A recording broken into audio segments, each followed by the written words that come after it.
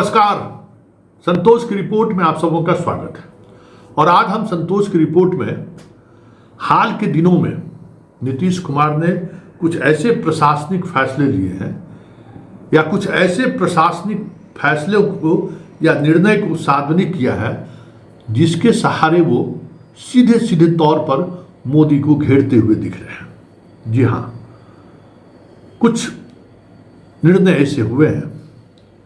जैसे पहले निर्णय की हम बात करते हैं, पहला ऐसा निर्णय जिन्होंने सीधे तौर पर मोदी के उस ड्रीम प्रोजेक्ट पर ही कहीं न कहीं निशाना साधा है, जिसके सहारे वो 5 किलो अनाज देकर एक बड़ा वोट बैंक तैयार कर रखा है। ये ऑपरेशन आज से नहीं चल रहा है, ये ऑपरेशन पिछले 1 वर्षों से चल रहा है कि बिहार में जो 5 किलो अनाज लेने वाला जो लाभुक वर्ग है, उस वर्ग में किस तरीके के लोग, इसकी जांच नीतीश कुमार ने बैठाई। क्योंकि बहुत सारे ऐसे वर्ग भी हैं जो इसके योग्य नहीं हैं, बहुत सारे ऐसे वर्ग हैं जो यहाँ है नहीं, जिनकी कोई सूची में नाम नहीं है, फिर भी उनके नाम से वो लाभ उठ रहा है। तो एक पूरा नेक्सस ऊपर से नीचे तक ग्रामीण परिवेश में बना हुआ है इसका, और उस नेक्सस का इस्तेमाल बीजेपी हर चुनाव में करता है। क्योंकि एक लाभुक वर्ग है और दूसरा वर्ग है उससे उपजा हुआ भ्रष्टाचारी वर्ग, और सबको पता है कि जब तक ये योजनाएं चलती रहेंगी और इस योजनाओं से जितने लाभुक वर्ग की संख्या जितना ज़्यादा से ज़्यादा होगा, उतना ज़्यादा से ज़्यादा हमें आमदनी होगी। इसलिए लाभुक वर्ग बना रहे, इसकी कोशिश हर चुनाव में होता है। और ये दिखाने की भी कोशिश होती है कि देखिए 5 किलो अनाज का खेल इस बार भी मोदी को बिहार जैसे राज्यों में अगर वो 5 किलो अनाज का जो खेल है वो नहीं होता तो मुश्किलें बढ़ सकती थी। हालांकि उस पर खास तौर पर हमें नहीं लगता है कि कोई विशेष शोध हुआ है कि सिर्फ 5 किलो अनाज की वजह से लोग बीजेपी को वोट कर रहे हैं। लेकिन एक आइडिया है लोगों के मन में, एक विचार ये पूरे देश स्तर पर है कि 5 किलो अनाज की वजह से मोदी एक आधार वोट पूरे देश में उन्होंने तैयार कर रखा है। तो साउथ में काहे नहीं जीत जाते हैं भाई? जिन राज्यों में बीजेपी का संगठन नहीं है, बंगाल क्यों नहीं जीत जाते है ना? उड़ीसा इस बार जीते हैं ना, लगातार पहले क्यों नहीं जीते? 5 किलो अनाज से थोड़ी है। यूपी में क्यों हार गए? बिहार में भी 2019 का चुनाव क्यों नहीं दोहरा पाए? कई तरह के सवाल हैं। महाराष्ट्र में क्यों नहीं दोहरा पाए? कर्नाटक में क्यों नहीं वापसी हुई? ये सब बात है, लेकिन कुछ न कुछ आधार तो है वो, जिसके सहारे एक प्लेटफॉर्म तैयार हो जाता है बीजेपी के वोट बैंक। तो नीतीश कुमार ने वो जो एक तबका है ना लाभुक, और दूसरा उस लाभुक तबके को बनाए रखने के लिए जो भ्रष्टाचार का जो एक नेटवर्क खड़ा हुआ है, उस पर जबरदस्त सर्जिकल स्ट्राइक किया है और बहुत ही साइंटिफिक तरीके से उन्होंने इस स्ट्राइक को अंजाम दिया है। एक एक लाभुक का थंब इम्प्रेशन, आधार कार्ड, पुतली से ये कराते कराते कराते आखिरकार 16.5 लाख, एक 2000 नहीं, 16.5 लाख, 16,70,000 के करीब ऐसे फर्जी लाभुक, और उस फर्जी लाभुक के सहारे भ्रष्टाचार का जो रैकेट गांव गांव में काम कर रहा था, उसको नीतीश कुमार ने एक फैसले पर में ही ध्वस्त कर दिया है। पूरे तौर पर उस नेटवर्क को ध्वस्त। 16.5 लाख, आप अंदाजा करिए कि कितना परिवार हो सकता है। जबकि यहाँ के 80% आबादी, इस प्रदेश के 80% आबादी वो 5 किलो अनाज का लाभ उठा रहा है। गरीबी दूर करने की बड़ी बात हो रही है, लेकिन उसमें से 16.5 लाख को उन्होंने बाहर कर दिया। ये तो ऐसे लोग थे, फर्जी लोग, जिनका नाम ही नहीं, जो गलत सूची तैयार करके लिए हुए थे। तो आप समझ जाइए कि उस नेक्सस की कितनी कमाई होती होगी। एसडीओ से लेके डीलर से लेके एम तक जो एक नेटवर्क है, जो नेटवर्क इस योजना को बनाए रखने के पक्षधर है, क्योंकि बड़ा लाभ है इससे और लाभुक वर्ग भी है। तो वो स्ट्राइक नहीं चाहते हुए भी नीतीश कुमार ने बड़ी ही सफलता से उसको कार्यान्वित करवा ही लिया। दूसरी बात कि ऐसे परिवार को उन्होंने चिन्हित किया जो इस काबिल नहीं है। जिनको इसकी ज़रूरत नहीं है। तो जो अभी जातीय जनगणना हुआ उससे बहुत सारी चीज़ें सामने आई, उस डाटा का भी इस्तेमाल करने की तैयारी में नीतीश कुमार है। और हमें लगता है कि जो 80% आबादी जो इस योजना का लाभ उठा रहे हैं वो आने वाले दिनों में 40-50% पे आके सिमट जाए तो कोई बड़ी बात नहीं होगी, क्योंकि उसी स्तर पर काम भी चल रहा है। तो आप समझ सकते हैं कि इस योजना को कितने गहराई से नीतीश कुमार उसका ऑपरेशन कर रहे हैं, जो एक आधार है।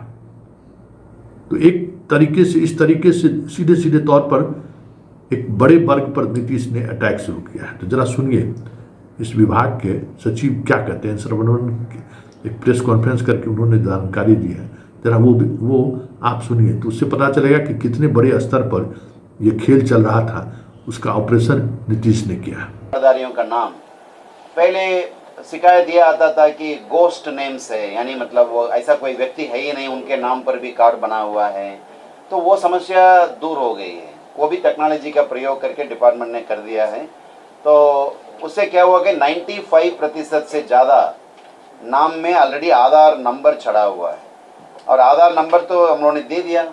उसके अलावा हम लोगों ने अभी ई-केवाईसी का भी काम कराया जा रहा है। ई-केवाईसी का मतलब है कि जो बायोमेट्रिक ऑथेंटिकेशन, जो बायोमेट्रिकली मतलब वो ये देते हैं, जैसे इनका नाम उपेंद्र कुमार है तो ये जाके उपेंद्र कुमार करके मतलब वो अपना अंगूठा देंगे तभी मतलब इनका ई-केवाईसी होगा। वो काम हम लोग अभी बड़े पैमाने पर कर रहे हैं। ई-केवाईसी में ऑलरेडी 61% लोगों का, कितने भी लोग हैं, प्रत्येक व्यक्ति का, जैसे 8.35 करोड़ जो कार्डधारी हैं उन सभी लोगों का हम लोग बना रहे हैं। उसमें 5 करोड़ से ज़्यादा यानी 61% लोगों का ऑलरेडी ई-केवाईसी हो गया। बाकी लोगों का भी हो रहा है। कुछ लोग जैसे बाहर काम कर रहे हैं, हमारे बिहार के लोग हैं, बाहर काम के लिए बाहर जाते हैं, ऐसे लोगों के लिए हम लोग इंतज़ार करेंगे, क्योंकि वो जो त्यौहार के टाइम में आते हैं तो उस समय में उन लोगों का हम लोग कराएंगे। तो ये ई-केवाईसी कराने के क्रम में हम लोगों का लगभग 40 लाख लोगों का नाम हम लोगों का हटाए हैं। माननीय मंत्री महोदय का लगातार हम लोगों के इस संबंध में निर्देश प्राप्त होता है कि जो सही व्यक्ति है वही नाम रहें, तो उस पर हम लोगों ने बड़ा काम किया। लगभग 40 लाख यूनिट है, यानी 40 लाख लोगों का नाम हम लोगों ने इसको हटाया है। और जो कोरोना के टाइम से लगातार राशन कार्ड का, नया राशन कार्ड बनाने का काम हो रहा है, उसमें भी लगभग 55 लाख लोगों का नाम जोड़ा भी गया है। यानी सही व्यक्ति छूटा हुआ है तो उनका नाम जोड़ा जा रहा है, गलत आदमी का नाम है तो उनका हटाने का काम लगातार हम लोग इसको कर रहे हैं। और जो भी काम यहाँ पर डिपार्टमेंट में हो रहा है टेक्नोलॉजी का प्रयोग करके, सभी चीज़ जो जिला के राज्य के जो डिपार्टमेंट के ये वेबसाइट्स हैं उसमें उपलब्ध है। उसका दोनों का 2 पोर्टल का नाम है, मैं बताना चाहूँगा। एक है epos.bihar.gov.in, epos.bihar.gov.in। तो ये वाला एक पोर्टल है। इस पोर्टल में हम कई तरह का चीज़ें कोई भी व्यक्ति देख सकते हैं। ओपन पोर्टल में हम लोग छोड़े हुए हैं। जैसे उसमें राशन कार्ड के तहत कितने राशन कार्ड का राशन कब कब मिला है वो डिटेल्स कोई भी व्यक्ति देख सकते हैं। यहाँ बैठे बैठे हम सीतामढ़ी में किसी भी पंचायत में कहाँ पर लोग क्या उठाए नहीं उठाए हैं वो हम देख सकते, कोई भी व्यक्ति देख सकते हैं। और हर एक दुकान के पास कितना स्टॉक है, अनाज कितना रखा हुआ है आज के डेट में वो देख सकते हैं। और प्रत्येक जो डीलर हैं कितना वितरण कर रहे हैं उसको भी देख सकते हैं। और पोर्टेबिलिटी की जानकारी भी इसमें देख सकते हैं। इसी तरह का और एक पोर्टल है scm.bihar.gov.in, scm.bihar.gov.in। इस पोर्टल में प्रत्येक डीलर को कितना अलॉटमेंट दिया जा रहा है उसकी जानकारी दिया जाता है। और जो प्रत्येक डीलर को जो डिस्पैच का स्टेटस है, कब गया अनाज, कब पहुंचाया गया उनको, उसकी जानकारी है। और प्रत्येक डीलर कितना अनाज कब उठाया है वो है। मिड डे मील जो स्कूल्स को हम लोग देते हैं उसकी भी जानकारी रहता है। तो ये सब तो आपने सुन लिया। अब दूसरा ऑपरेशन सुनिए, जिस ऑपरेशन को अंजाम देने के लिए चीफ सेक्रेटरी को विशेष तौर पर जिम्मेवारी दी गई है। होता क्या है कि जो स्टेट की राशि है, जो आवंटित राशि है, कुछ वर्षों से उस राशि के निर्गत करने में केंद्र सरकार बड़ी विलंब करती। पहले भी होता था कि मार्च के अंतिम समय में होता है, अब ये हो रहा है कि निर्धारित बजट भी नहीं मिल पा रहा है। तो सभी विभागों को कहा गया है कि जहां जहां बकाया है पिछले कई वर्षों से 2014 से लेकर अभी तक को आप खोल दीजिए और खोल के निकालिए कि कितना बकाया है भारत सरकार पर, और एक एक पैसा का हिसाब लेना है। हाँ भाई, वो तो मेरा अधिकार है ना, थोड़े है कि हम आपसे खैरात मांग रहे हैं या फिर आपसे अनुदान मांग रहे हैं। वो तो राशि आपने स्वीकृत की थी, वो राशि हमें नहीं मिली है। इसके लिए चीफ सेक्रेटरी की अध्यक्षता में एक कमेटी उसने गठित किया और हाल ही में चीफ सेक्रेटरी ने विभाग के सभी प्रधान सचिवों के साथ इसको लेकर बैठक किया।